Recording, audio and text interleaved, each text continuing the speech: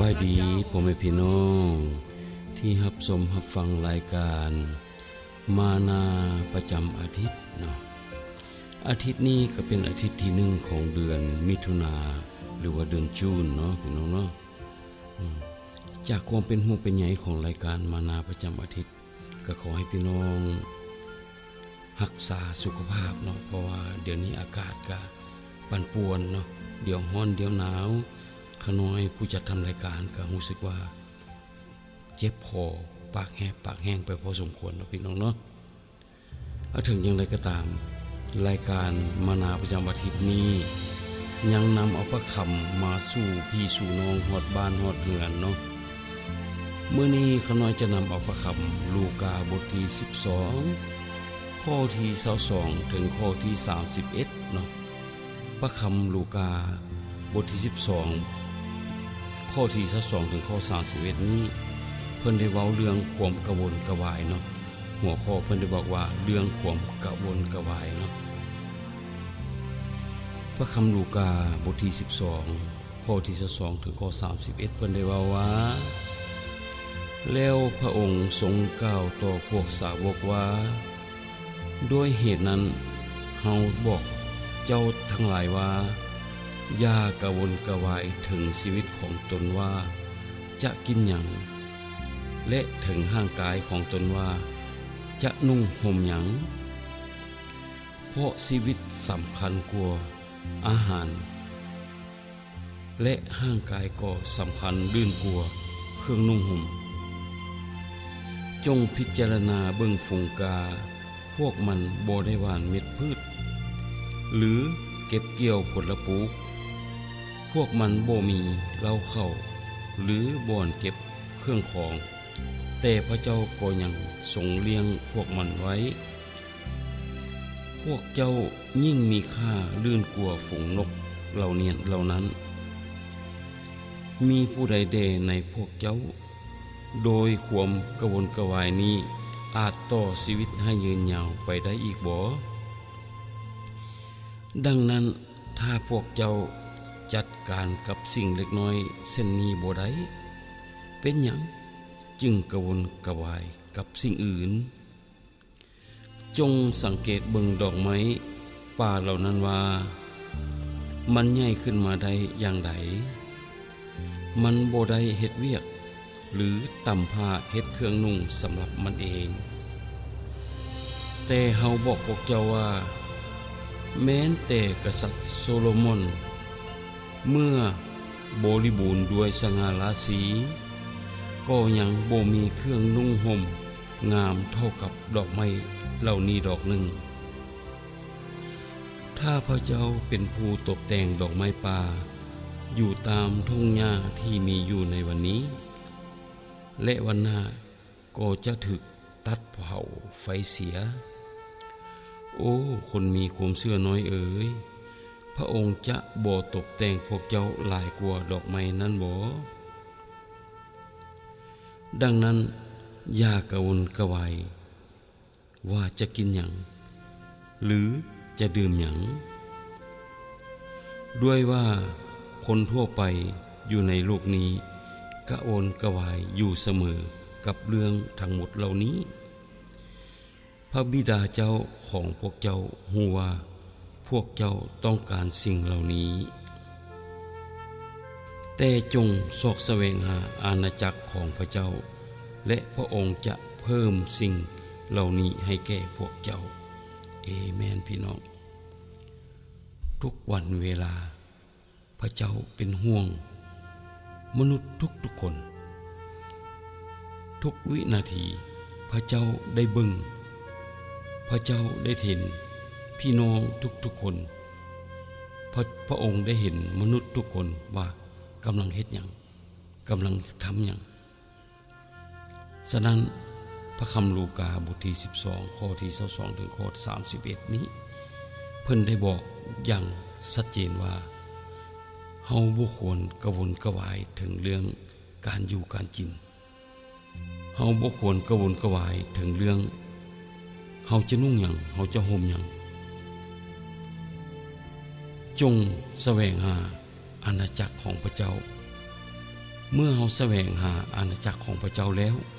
พระเจ้าจะประทานทุกสิ่งทุกอย่างให้เฮาเองพระเจ้าจะอวยพรให้พี่น้องผู้ที่เชื่อและไว้วางใจในพระองค์ให้มีอยู่มีกินให้ครบบริบูรณ์เฮาจงวางใจในพระเจ้าเพราะว่าพระเจ้าเป็นเจ้าของสรรพสิ่งทั้งหลายพระองค์จะประทานให้ลูกของพระองค์ผู้ที่ไว้วางใจกับพระองค์ทุกคนบัดนี้ข้าน้อยผู้จะทำรายการก็ต้องขอบมกขอบใจนำพี่น้องทุกท่านเนาะที่ติดตามรับชมรับฟังรายการมานาประจำอาทิตย์เนาะรายการมานาประจำอาทิตย์นี้ข้าน้อยจะนำเอาพระคำของพระเจ้ามาฝากพี่ฝากน้องฮอดบ้านฮอดเฮือนของพี่น้องเลยเนาะก็ขอให้พี่น้องจงติดตามไปเรื่อยๆเนาะก็ขอให้พี่น้องจงได้รับพระพรจากองค์พระผู้เป็นเจ้าพี่น้องปรารถนาสิ่งใดคิดสิ่งใดก็ขอให้ทูลขอจากพระเจ้าแล้วพระเจ้าจะอวยพรพี่น้องทุกคนตามสิ่งที่พี่น้องปรารถนานั้นเนาะพี่น้องเนาะบัดนี้ข้าน้อยผู้จะทำรายการก็ต้องนำรายการนี้อำลาจากทานผู้ชมผู้ฟังไปก่อนอาทิตย์หน้าเฮาก็มาพบกันตามเคยเนาะเพราะว่ามานาประจำอาทิตย์เฮาข้าน้อยจะทำอาทิตย์ละครั้งเนาะพี่น้องเนาะก็ขอให้พี่น้องจงได้พระพรจากองค์พระผู้เป็นเจ้าข้าน้อยผู้จะทำรายการก็ขออำลาพี่น้องไปก่อนขอพี่น้องจงได้พระพรจากองค์พระผู้เป็นเจ้าเนาะอาเมน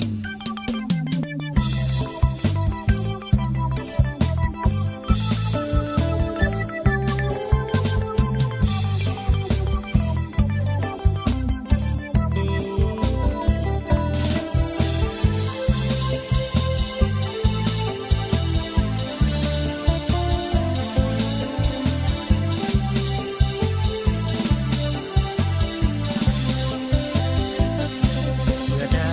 หาเฮา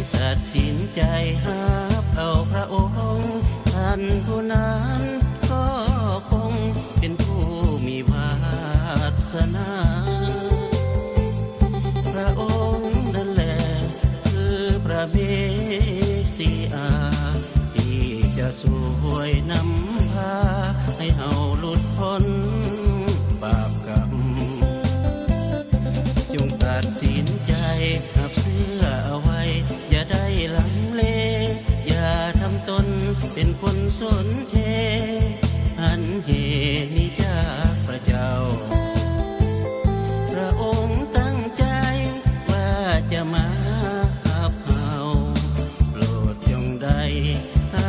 เอา